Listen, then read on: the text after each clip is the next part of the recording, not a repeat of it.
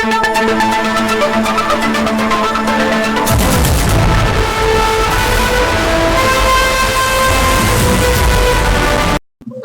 ஜோடிகளுக்கு இடையூறாக இருக்கும் தாய் தந்தை மீது நடவடிக்கை எடுக்க கோரி மாவட்ட எஸ்பி அலுவலகத்தில் மனு.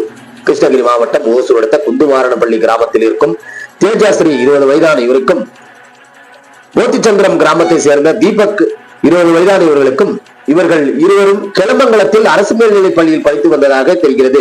இந்த நிலையில் கடந்த 2 ஆண்டுகளுக்கு முன்பு இவர்களுக்கு காதல் ஏற்பட்டு திருமணம் செய்து கொள்வதற்கு அளவிற்கு இவர்கள் காதலில் ஆழ்ந்துள்ளனர். இந்த நிலையில் கடந்த ஏப்ரல் மாதம் வீட்டை விட்டு வெளியேறிய தேஜாஸ்ரீ, தீபக் ஆகியோர் திருமணம் செய்து கொண்டதாக சொல்லப்படுகிறது.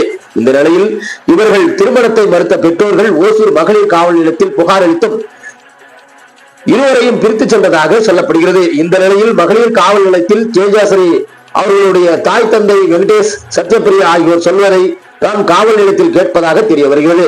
இதனால் தன்னுடைய தாய் தந்தையிடம் நான் இருப்பதில்லை, இதனால் என்னுடைய காதலனாக தீபக் அவர்களின் அப்பா அம்மா அவர்களுடைய வீட்டில் தான் வசித்து வருகிறேன், நாங்கள் முறைப்படி திருமணம் செய்து கொள்ளும் வரை இவர்களுடன் நான் இருப்பேன் எனவும் மாவட்ட காவல் கண்காணிப்பாளர் அவர்களுக்கு மனு வழங்கப்பட்டது. அப்போது அவர் கொடுத்த பேட்டியில், எனக்கு காவல்துறை சப்போர்ட் செய்ய வேண்டும், எனது தாய் தந்தை ஆகியோர் இருவரும் கொடுத்த டார்ச்சரின் காரணமாகத்தான் நான் தனியாக ஓசூர் தின்னூர் என்னும் இடத்தில் வாசுபி நகர் பகுதியில் குடிபெயர்ந்திருக்கிறேன், இதனால் எனக்கு எந்த ஒரு அச்சுறுத்தலும் வரக்கூடாது என மாவட்ட எஸ்பி அவர்களிடம் மனு வழங்கியுள்ளேன் என அவர் பேட்டியில் தெரிவித்தார்.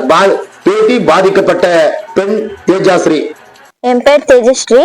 நான் சொந்த ஊர் வந்து குந்துமாரணப்பள்ளி, கிளம்பங்கலம் கிராமம் வருது. நான் வந்து தீபக்னு ஒரு பையனை ஸ்கூல் படிக்கும் போதுல இருந்து லவ் பண்ணிட்டு வரேன். அவரும் போத்தச்சந்திரம் கிராமம். நாங்க தங்கி இருக்கிறது வந்து தின்னூர். நாங்க ஒரு வாட்டி இதே மாதிரி வீட்டுல டார்ச்சர் பண்ணாங்கன்ட்டு வீட்டை விட்டு வெளில போயிட்டோம். எங்க அப்பா அம்மா கண்டுபிடிச்சு எங்களை கூட்டிட்டு போய் என்னை வந்து ரொம்ப சித்திரவதை பண்ணாங்க. அபார்ஷனுக்கு டேப்லெட், மொட்டை அடிச்சு எல்லாம் கொடுமை பண்ணாங்க. அதனால என்னால கொடுமை தாங்க முடியாம நான் மறுபடியும் ஆகஸ்ட் மாசம் வீட்டை விட்டு வெளில வந்துட்டேன். ஆனா இன்னும் எங்க வீட்டுல வந்து தேடிட்டு கேஸ்ட் இஷ்யூனால எங்க 2 பேரையும் சேர விடக்கூடாது அப்படின்னு தேடிட்டு இருக்காங்க. சேஃப்டிக்காக நான் பையனோட அப்பா அம்மா கூட தங்கி இருக்கேன். ஆனா அது தப்பு, அப்படி தங்கக்கூடாது, நீ எங்க கஸ்டடியில தான் இருக்கணும்ட்டு மகளிர் காவல் நிலையத்துல இருந்து எங்களுக்கு வந்து ரொம்ப ப்ரெஷர் கொடுத்துட்டு இருக்காங்க. நான் எங்க தங்கினாலும் என்னை தேடி வந்து இது பண்ணிட்டு இருக்காங்க. என்னால எங்கேயுமே சேஃப்டியா தங்க முடியல. இதுக்கெல்லாம் காரணம் வந்து மகளிர் காவல் நிலையத்துல இன்ஸ்பெக்டர் அம்மாவும் ரைட்டர் அம்மா தான் எங்க அப்பா மூலமா அவங்க கிட்ட காசு வாங்கிட்டு இதுக்கெல்லாம் சப்போர்ட் பண்ணிட்டு இருக்காங்க. எனக்கு வந்து நான் எங்கேயாச்சும் சேஃப்டியா தங்குறதுக்கு அவங்க அப்பா அம்மா கூட நான் தங்குறேன்னு நான் கேட்டுக்கிறேன். அதுக்கு எனக்கு பாதுகாப்பு பண்ணி கொடுக்கணும். உங்களோட அப்பா அம்மா கூட என் சேஃப்டிக்காக நான் தங்கிக்கிறேன்.